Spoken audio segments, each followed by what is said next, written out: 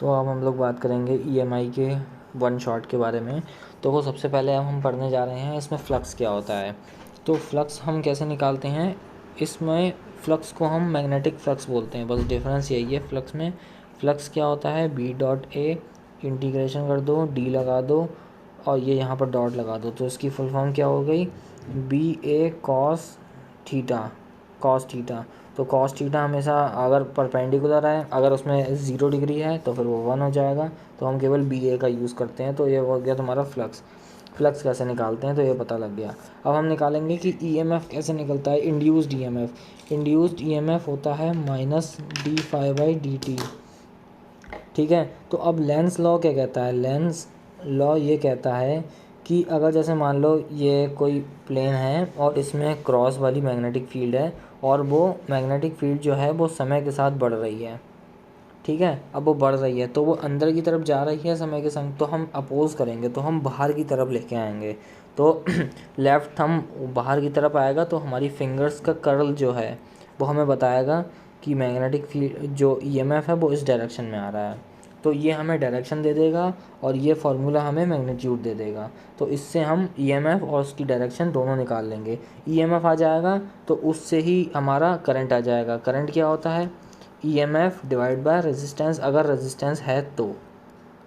समझ गए। अब आगे बढ़ते हैं। अगला टॉपिक हमारा क्या है, मोशनल ईएमएफ। तो मोशनल ईएमएफ क्या होता है, मोशनल ईएमएफ में हमें एक सेटअप बनाना पड़ता है। जैसे मान लो ये एक ट्रेल है, रेल बोलते हैं इसे, और यहाँ पर हमारे पास एक रॉड रखी हुई है, इसको हमने v वेलोसिटी से मूव कराया, ठीक है। तो अब देखो v वेलोसिटी एक्स्ट्रा आ गई है, तो ईएमएफ का फॉर्मूले में जो v है वो पहले आएगा। हम जनरल फार्मूला ही हमेशा याद करेंगे ताकि एग्ज़ाम में आसानी हो।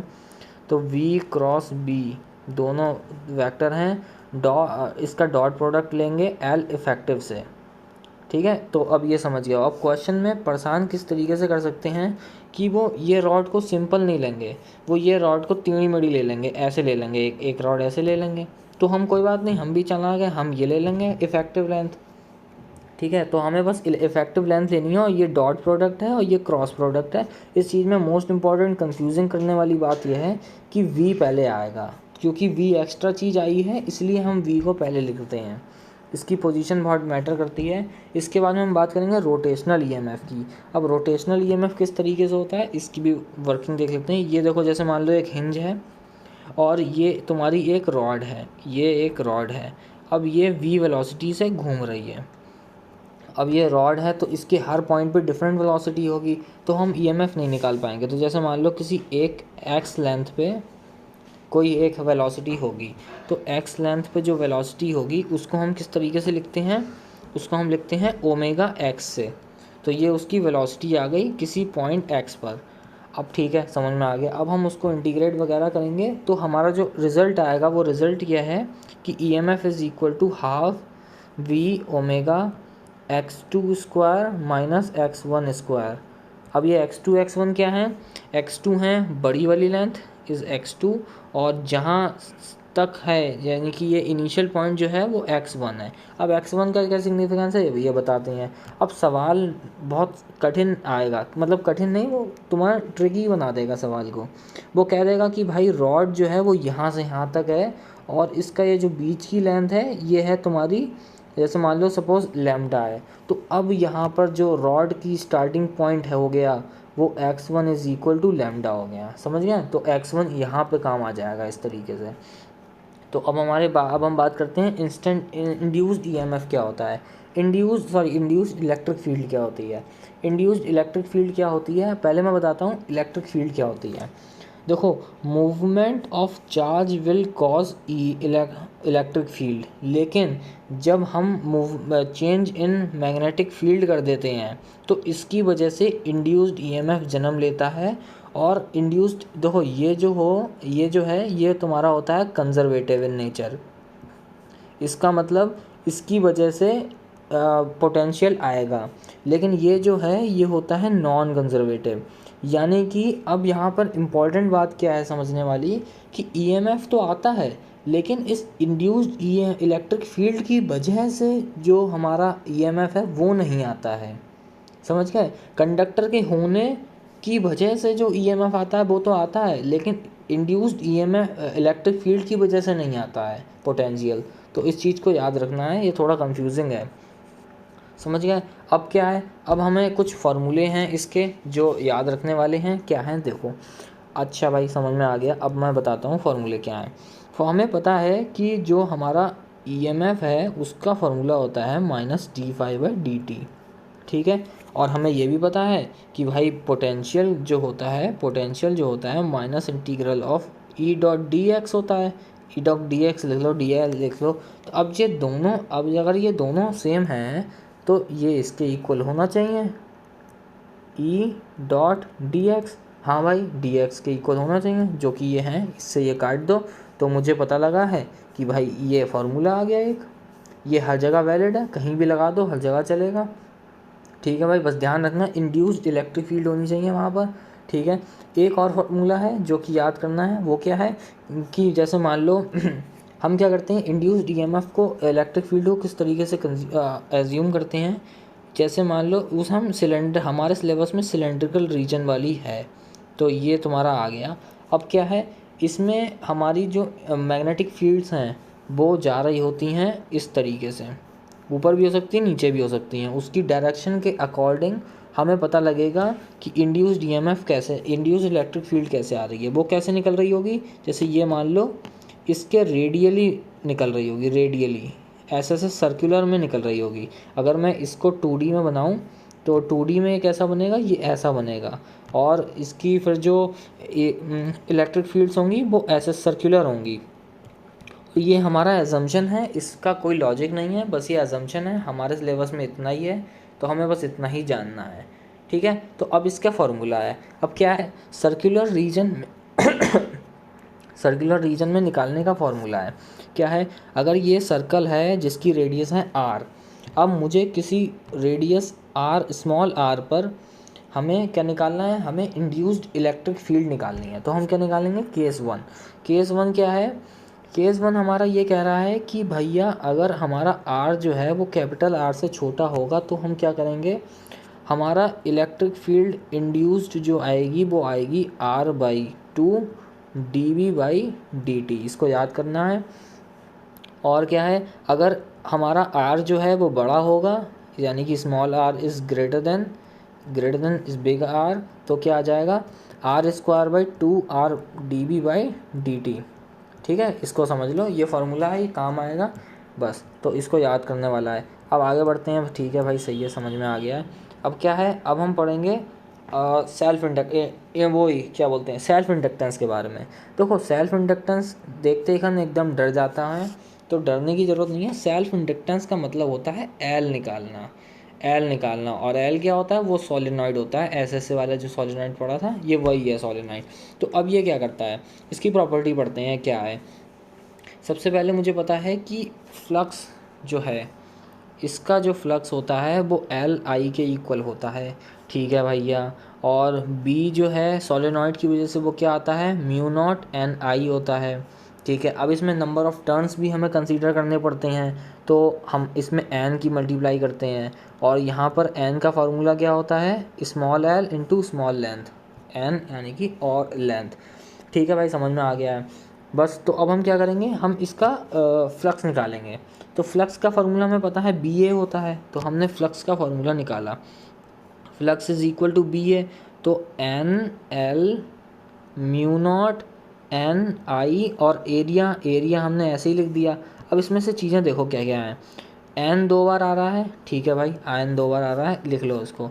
तो ये हो गया μ0N² L इंटू A, ये क्या होता है, वॉल्यूम होता है। तो यहाँ से मुझे ये बात पता लगी है। देखो और एक चीज़ और कट रही है, आई भी है ना, तो मैं इसको फ्लक्स क्या लिख सकता हूँ, L इंटू आई। तो आई से ये वाला आई कट गया। तो मुझे इससे ये पता लगी है कि जो इंडक्टेंस होता है वो केवल और केवल उसकी ज्योमेट्री यानी कि वॉल्यूम पर डिपेंड करता है। उसे ना टेम्परेचर से मतलब है, ना नंबर ऑफ़ टर्न से मतलब है, ठीक है। तो उसे उससे कोई मतलब नहीं है, ठीक है भाई, समझ में आ गया है। नंबर ऑफ़ टर्न से वैसे मतलब है, यहाँ पर भी है, तो ज्योमेट्री से उसका रिलेशन है केवल और केवल, ठीक है भाई, समझ में आ गया।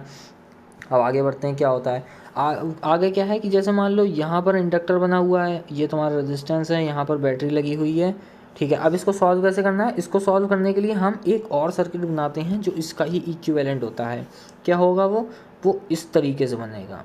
देखो यहाँ पर देखो, मैंने पॉजिटिव टर्मिनल और पॉजिटिव टर्मिनल सेम डायरेक्शन में बनाए हैं। इससे पता लगता है कि ये जो इंडक्टर है ये माइनस है, ये मतलब उल्टा काम कर रहा है, ये अपोज कर रहा है। तो ये सडन चेंजेस को अपोज करता है, इसलिए इसकी जो वोल्टेज का है, वोल्टेज का फॉर्मूला इसका होता है minus L D I by D T. ये इसके वोल्टेज का फॉर्मूला है, इसको याद करना है। बस आगे बढ़ेंगे, बस सेल्फ इंडक्टेंस में केवल इतना ही होता है। अब हम बात करेंगे एलसी सर्किट की। तो एलसी सर्किट क्या होता है, एलआर सर्किट क्या होता है। अभी हमने क्या पढ़ा था, हमने अभी आरसी सर्किट पढ़ा था, अब हम पढ़ेंगे एलआर सर्किट। तो एलआर सर्किट के 3 केसेस होते हैं। इसके भी पहला केस हो गया सबसे सरल वाला, सबसे फर्जी केस पहले पढ़ रहे हैं। t=0 पर हमें पता है, पहली बात तो हमें हमारा आइडियल केस पता होना चाहिए। आइडियली हमारा ये है और ये तुम्हारी बैटरी आ गई है, ठीक है, ये आइडियल केस है। अब अगर t=0 है तो t=0 पे क्या होता है, ये बोलता है कि भाई मैं नहीं आने दूंगा करंट को, यानी कि ये जिंदा अपोज कर देता है, मतलब आने ही नहीं देता है। आने ही नहीं देगा इसका मतलब वहाँ पे कुछ नहीं है, ये हो गया, वहाँ पर कुछ भी नहीं है, समझ गए। तो ये इसका लॉजिक है। अब t=इन्फिनिटी पे क्या करना है, t=इन्फिनिटी पे जो भी इसकी मतलब शानचाई थी वो सब ख़त्म हो जाती है और फिर ये थक के शांत हो जाता है। यानी कि जितना करंट आएगा उतना करंट जाएगा, इसका मतलब उसको हटाओ और वायर से रिप्लेस कर दो, अब उसमें कुछ नहीं जान बची है, समझ गया। बस अब मेन आता है, अब मेन केस है। अब क्या है, 0 से लेके इन्फिनिटी तक का है, ठीक है। इसमें भी 2 केस हैं, चार्जिंग और डिस्चार्जिंग, लेकिन इसको हम इस नाम से नहीं बुलाते हैं, हम इसको बोलते हैं growth of current and decay of current. So ये है GROWTH, ग्रोथ है और ये डिके है, ठीक है। ग्रोथ ऑफ करंट में पढ़ लेते हैं सबसे पहले क्या है। ये भी बिल्कुल सेम उसी की तरह, इसमें सेम डिट्टो फार्मूले चलेंगे, बस Q के बदले इसमें I लग जाएगा। तो I=I0 1 - e⁻⁻t/τ, ठीक है। ये हो गया फार्मूला। इससे ही आई का निकल जाएगा, कैसे निकल जाएगा, डिवाइड बाय आर करोगे तो आर से आर कट जाएगा, यानी कि v at any instant is equal to v maximum 1 - e⁻⁻t/τ। इस तरीके से निकाल सकते हो, मेथड सीख लो, ठीक है भाई, समझ में आ गया। टाउ की वैल्यू क्या है, टाउ की वैल्यू है L/R। उस केस में हमारे कैपेसिटर के केस में क्या थी, टाउ की वैल्यू 1/R, वन बाई नहीं थी, टाउ की वैल्यू थी आर सी, और इसमें क्या है L/R, ठीक है, समझ में आ गया होगा। आगे बढ़ते हैं, इसको हटा देता हूँ मैं, ये हट गया, ठीक है। आगे बढ़ते हैं, R सही है। अब इसका ग्राफ बना लेंगे। ग्राफ किस तरीके से बनेगा, ग्राफ को बनाने के लिए हम ऊपर वाली चीज़ का सहारा लेंगे, इस चीज़ का सहारा लेंगे। ग्राफ बना लेते हैं, फ़िलहाल अभी वीडियो में इतना समय नहीं है, लेकिन वैल्यूज़ डाल के चेक कर सकते हो। टाउ यहाँ पर t है, यहाँ पर I0 है, तो t की वैल्यू जब मैं t की वैल्यू जब मैं 0 डालूँगा तो ये वाला पोर्शन जो है ये सब क्या बन जाएगा, ये सब इन्फिनिटी बन जाएगा। तो ये स्टार्ट हमारा कहाँ से होगा, इन्फिनिटी से होगा। अरे मैंने फिर से मिस्टेक कर दी है, इसमें, 1 मिनट रुकता हूँ जरा। हाँ, मैं ये बात भूल गया था कि क्रक्स ये है कि इस तरीके से करना ही नहीं है, इस तरीके से करोगे तो प्रॉब्लम में आ जाओगे। तरीका क्या है, हम इंडक्टर हमारा होता है। अब मुझे पता है कि t=0 में, तो अब t=0 में मुझे पता है ये अपोज करता है, तो ये अपोज करता है, करंट पास ही नहीं होने देता है, यानी कि t=0 पे करंट भी हमारा 0 आएगा। t=इन्फिनिटी पे सारा करंट पास होने देता है, यानी कि मैक्सिमम करंट फ्लो कर रहा होगा। तो ये इस तरीके से बनेगा, ये ग्राफ बन गया तुम्हारा चार्जिंग ऑफ करंट में, ग्रोथ ऑफ करंट में, ठीक है। बस यही सारे केस होते हैं, इनको याद करना है बस, और कुछ नहीं है। अब हम बात करेंगे डिके की। तो डिके में भी बिल्कुल डिस्चार्जिंग ऑफ कैपेसिटर वाला केस है, I0 e⁻⁻t/τ। तो बस यही वाला केस था इसमें। वैसे ही इसमें v की वैल्यू भी लिख सकते हैं, और कुछ नहीं है इसमें। और बाकी अगर रही बात उसकी ग्राफ की, तो ग्राफ मैंने बनाया नहीं है, लेकिन मैं एक बार बना के दिखा दे रहा हूँ। ये ऐसे करा, ये तुम्हारा टी है, ये तुम्हारा आई नॉट है, और यहाँ से तुम्हारी वैल्यू आएगी क्या होती है डिस्चार्जिंग में। क्या होता है डिस्चार्जिंग में तुम्हारा ये इंडक्टर है और यहाँ से अब फ्लो कर रहा होगा, तो इनिशियली इसके पास आई मैक्स होगा, जो भी इसके पास करंट है ये पूरा होगा। उसके बाद में जब ये पूरा फ्लो कर देगा उसके बाद में वो ज़ीरो हो जाएगा। तो ये कुछ इस तरीके से बन सकता है, ठीक है, ये इस तरीके से बन जाएगा। एक बार मैं देख के चेक कर लूँगा, एक बार देख के चेक कर लेना, वो नोट्स खोलने पड़ेंगे उसके लिए मुझे। तो ये तुम्हारा आ गया वो। अब हम बात कर लेते हैं कुछ टर्मिनोलॉजीज़ की जिसकी हमें ज़रूरत पड़ेगी। टर्मिनोलॉजीज़ क्या है, energy stored in the inductor is equal to half L I square. Capacitor में क्या होता था, हाफ सी वी स्क्वायर, लेकिन इसमें होता है हाफ एल आई स्क्वायर, ठीक है, समझ में आ गया होगा। एनर्जी डेंसिटी क्या होती है, एनर्जी डेंसिटी यानी कि energy flown, energy stored per unit length, वो क्या होती है, half B square by mu naught. Capacitor में क्या होती थी, half E naught E square. समझ में आ गया किस तरीके से हुआ है। बस ई नॉट को ये ई नॉट को हमने डिवाइड में म्यू नॉट कर दिया है, वैसे ही कर दिया है। अब यहाँ पर याद रखने वाली बात यह है कि अगर कोई मीडियम होगा तो यहाँ पर एप्सिलॉन आर आ जाएगा, और यहाँ पर मीडियम होगा तो म्यू नॉट आर आ जाएगा डिवाइड में और उधर मल्टीप्लाई में। बस ये चीज़ डिफरेंस है, इसको हमें देखना है। वोल्टेज अक्रॉस निकालने का मैंने तरीका बता दिया है। उसमें क्या होता था, क्यू बाई सी लिखते थे हम, लेकिन हमें इसमें क्या लिखते हैं, L D I by D T, और माइनस की कोई टेंशन नहीं क्योंकि डायरेक्शन हम अपने दिमाग से निकालते हैं बस। और उसमें क्या है, कैपेसिटर में क्या होता है, energy stored in the form of electric field. हम इलेक्ट्रिक फील्ड की फॉर्म में एनर्जी लिखते हैं, एनर्जी होती है। लेकिन हमारे इंडक्टर में, जो हमारा इंडक्टर है उसमें किस फॉर्म में होती है, उसमें मैग्नेटिक फील्ड की फॉर्म में होती है, ठीक है। तो बस ये चीज़ समझ में आ गई होगी, इससे हमारा ये भी कॉन्सेप्ट क्लियर हो जाता है। अब क्या आएगा, सवाल ये आते हैं कि भाई हमें वो निकाल, टाइम कांस्टेंट निकाल के दिखाओ। टाइम कांस्टेंट यानी कि टाउ निकाल के दिखाओ। तो टाउ निकालने के कुछ स्टेप्स होते हैं। स्टेप नंबर 1 क्या कहता है, क्या कहता है कि भाई साहब बैटरी को हटा दो और उसके बदले वायर लगा दो, ठीक है भाई। स्टेप नंबर 2 क्या कहता है, हमारे इंडक्टर को हटा दो और कुछ नहीं लगाओ, मतलब उस पोर्शन को खाली छोड़ दो, समझ गए। तीसरा ये कहता है कि इसके अक्रॉस जो भी आर इफेक्टिव आ रहा है उसको कैलकुलेट करो। कैलकुलेट करने के बाद एल बाई आर में लगा दो और तुम्हारा आंसर आ जाएगा। एल की वैल्यू पता ही होती है, आर इफेक्टिव हमने निकाल लिया तो इससे टाउ भी मिल जाएगा। भाई सही है, समझ में आ गया है।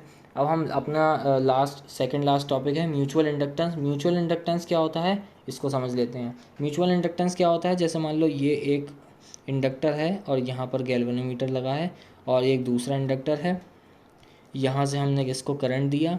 अब क्या हुआ, यहाँ पर जो करंट आया उसकी वजह से यहाँ पर मैग्नेटिक फील्ड बन गई, ठीक है भाई, बन गई। फ्लक्स चेंज हुआ, फ्लक्स अब इसमें इसकी वजह से इसमें फ्लक्स चेंज हुआ। फ्लक्स चेंज होने की वजह से ईएमएफ इंड्यूस्ड हुआ। ईएमएफ इंड्यूस होने की वजह से करंट आया। करंट आने की वजह से गैल्वेनोमीटर में डिफ्लेक्शन शो हो गई है। तो इसका फॉर्मूला क्या आता है, फ्लक्स क्या बोलते हैं, flux in secondary coil, this is secondary coil, this is primary coil.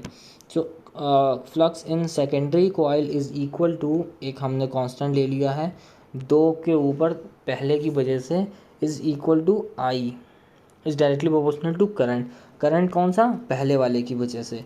तो ये हमारा फार्मूला आ गया है, इसको याद रखना है। अब ये तो है कांस्टेंट, तो ये ना आई फ्लक्स पे वैरी कर रहा है ना आई पे वैरी कर रहा है। इसका मतलब मैं कह सकता हूँ flux 2 by I one is equal to flux 1 by I one. तो बस ये हमारा सबसे इम्पॉर्टेंट रिलेशन है, इससे हम सारे सवाल बनाएंगे।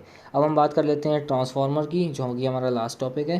ट्रांसफार्मर बहुत बढ़िया चीज़ है। ये क्या है, देखो भाई, ये इस तरीके का है और यहाँ पर नंबर ऑफ़ टर्न्स, ये ऐसे सारा खेल नंबर ऑफ़ टर्न्स का है, यही इसका क्रक्स है। यहाँ पर जैसे मान लो हमने इनपुट दे दिया और यहाँ से हमने आउटपुट निकाल लिया। अब देखो क्या है, इसके नंबर ऑफ़ टर्न्स मान लिए n1, इसके मान लिए n2, ठीक है।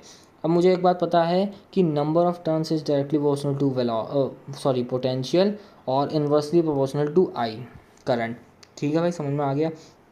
अगर पहला केस ले लेता हूँ, अगर V1 is greater than V2 यानी कि N1 is greater than N2, अगर वोल्टेज कम हुआ है इसका मतलब ये है तुम्हारा step down transformer, step down transformer कहलाएगा। और अगर इसका वाइस वर्सा कर दूं तो ये स्टेप अप ट्रांसफार्मर कहलाएगा। ठीक है, तो सारा जो भी इसके न्यूमेरिकल आएंगे वो इससे ही सॉल्व करे जाएंगे, और कोई मेथड नहीं है। अब हम बात कर लेते हैं, इसमें लॉसेस होते हैं, 3 तरीके के लॉस होते हैं। पहला तरीके का लॉस होता है कॉपर लॉस। कॉपर लॉस को हम किस तरीके से रिकवर कर सकते हैं, कॉपर की थिकनेस को बढ़ा दें। ठीक है, ये हमने कॉपर की थिकनेस को बढ़ा दिया है, इससे हमारा, क्योंकि रेजिस्टेंस होता है उसमें इंटरनल रेजिस्टेंस, उसकी वजह से उसकी एनर्जी कंज्यूम होती चली जाती है, इसलिए हम उसको कॉपर लॉस कहते हैं। दूसरा हमारा नुकसान कैसे होता है, दूसरा हमारा नुकसान हो जाता है हमारा एडी करंट की वजह से। एडी करंट का तोड़ क्या है, जैसे मान लो हमारी मोटी मोटी शीट्स हैं, तो हम क्या करेंगे, उसको बीच से छोटे छोटे टुकड़ों में काट दें और उसके बीच में एक इंसुलेटर लगा दें, जिसको हम बोलते हैं लेमिनेशन, जिस प्रोसेस को। तो लेमिनेशन अगर हम कर देंगे तो उससे हमारा वो लॉस भी कम हो जाएगा। तीसरे नंबर का हमारा लॉस होता है, फ्लक्स लीकेज। फ्लक्स लीकेज कैसे लॉस हो सकता है, ये होता है, देखो फ्लक्स लीकेज कैसे हो सकता है, यहाँ से गया फ्लक्स, तो जरूरी थोड़ी ना सारा फ्लक्स मुड़ जाए, कुछ फ्लक्स ऊपर भी जा सकता है, तो इसको हम बोलते हैं फ्लक्स लीकेज। तो इसकी वजह से हमारा सारा चैप्टर कंप्लीट हो गया है। एक चीज़ और बच रही है, वो मैं और दिखा देता हूँ। सबसे लास्ट में सबसे काम की बातें लिखी हुई हैं थोड़ी, ये क्या है, देखो अगर कोई भी ग्रोथ ऑफ सर्किट का सवाल आएगा तो आई का फार्मूला मुझे पता है, आई से मैं आर निकाल लूँगा। ठीक है, आई से आर निकाला, वो भी मैंने किसके अक्रॉस निकाला है, रेजिस्टेंस के अक्रॉस निकाला है। ये मेरा वो है और ये वो है, ठीक है, ये आ गया। तो इसके रेजिस्टेंस के अक्रॉस जो मैं निकाल रहा हूँ, ये रेजिस्टेंस के अक्रॉस कैसे निकालूंगा, करंट तो उसी इंस्टेंट पे और रेजिस्टेंस उसका हवाला, और वी इसके अक्रॉस कैसे निकालूंगा, मैं उसी तरीके से निकाल सकता हूँ। नहीं तो एक तरीका ये भी है, क्या है कि तुम उससे निकाल लो, V D I by D T से निकाल लो, उसके अक्रॉस मिल जाएगा हमें उस वोल्टेज। और अभी हमने ऊपर की स्लाइड्स में कौन सा पढ़ा था, टोटल जो वी नेट है, वी नेट कैसे निकल रहा था, divide by R, R effective करके। ठीक है, समझ में आ गया, ये भी क्लियर हो गया है। अब पावर अक्रॉस दिस रेजिस्टेंस कैसे निकालेंगे, पावर अक्रॉस दिस रजिस्टर हमारा नॉर्मल फार्मूला चलेगा जो कि आई स्क्वायर आर है। अगर power across in self inductor निकालना है तो हम कैसे करेंगे, हम इसको बैटरी की तरह कंसीडर करेंगे, और मुझे पता है बैटरी की पावर हमेशा V इंटू आई होता है। तो बस वही हम यहाँ लगाएंगे कि इंडक्टर के अक्रॉस V इंटू आई, जो भी उस इंस्टेंट पर होगा। क्यों लगा रहे हैं, क्योंकि ये बैटरी की तरह काम करता है, इसलिए हम इसमें ये लगा रहे हैं। तो बस हमने वही लगाया है, बाकी ये एक फालतू की बात है, देख सकते हो t इक्वल टू ज़ीरो और t इक्वल टू इन्फिनिटी पे पावर ज़ीरो आती है। t इक्वल टू किसी भी इंस्टेंट पर टाउ ln2 आती है, वो भी किस पे आती है, ये पता नहीं क्या लिखा है, मैं देख के बता रहा हूँ।